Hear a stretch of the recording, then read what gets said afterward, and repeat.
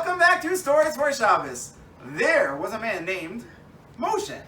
And Moshe went to shul one Friday morning, Erev Shabbos, and after minyan, a different man was coming up to him, someone who he didn't recognize, not a regular member of this minyan or the shul, and he came up to him and he said, "Hello, my name is Avraham. Would you be able to lend me 500 shekel?" This story took place in Hebrew, in Israel. "Would you be able to lend me 500 shekel? I need some money. I can pay it back to you on Sunday." And Moshe, for a second, was worried. Who is this man? I've never met him before. What if he's not able to pay me back on Sunday? That's a lot of money. But Moshe was a nice man and felt bad, and he had the money on him. So since he was such a mensch and such a tzaddik, he took out his wallet and he handed 500 shekel to the man he had just met, to Avraham. Avraham wanted to show him that he really would pay him back. So he took out a piece of paper and he wrote on it, "I, Avraham," whatever his last name was, I don't know, "owe you 500 shekel and will pay you back on Sunday." And Moshe took the note and he stuck it in his wallet. It's not really worth that much because if Avraham doesn't show up back in shul, he wouldn't even know exactly where to find him or what to do. But he said, okay, it seems like he's a nice guy. Hopefully he'll pay me back.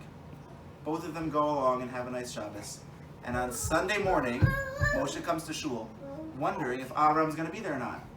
Lo and behold, Avram's there, and after shul comes over and gives Moshe the 500 shekel back.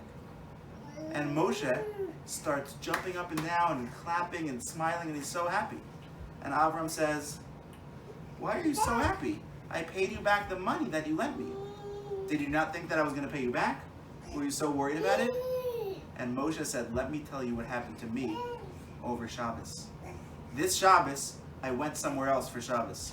I was here Friday morning, but before Shabbos I took a bus to my friends or to my relatives. And on Motzei Shabbos, after Shabbos, I took the bus back home. And I left my wallet on the bus. And there was no license. Nothing in the wallet had my name. My wallet is gone. If I hadn't lent you the 500 shekel, I would have lost all the money from the wallet. But since I gave you the 500 shekel, I barely had any money in my wallet, just a little bit. And now that you paid me back, even though I lost my wallet, most of my money was saved. Because I did the mitzvah of lending somebody money when they needed, I ended up making more money, or saving the money that I otherwise would have lost." That story is amazing on its own. But then it continues, because a couple of days later, Moshe went to shul one morning, and guess who came up to him again? It was Avraham. And Avraham said, "Moshe, I have your wallet back." And Moshe said, "Huh? How do you have my wallet back?" And Avraham said, "Somebody called me, and they said I found a wallet on a bus. It had no name, it had no license, there was no way I could find out whose it was, except it had one thing in it, other than just money, and it said a note. I, Avraham," whatever his last name was, "owe you 500 shekel. So this man said I wanted to return the wallet to its owner. So I made some calls, I sent some messages, and finally I found someone who knows Avraham, whatever your last name was, and he gave me your number. Do you know whose wallet this is?" And Avram said, "I know exactly whose wallet it is." And they arranged that this man return the wallet to Avram so that Avram could go back to shul and give it back to Moshe. If Moshe hadn't lent the money to Avram, what would have happened? He would have lost his wallet, it would have had no name in it, it would have had all his money, and he would have lost so much.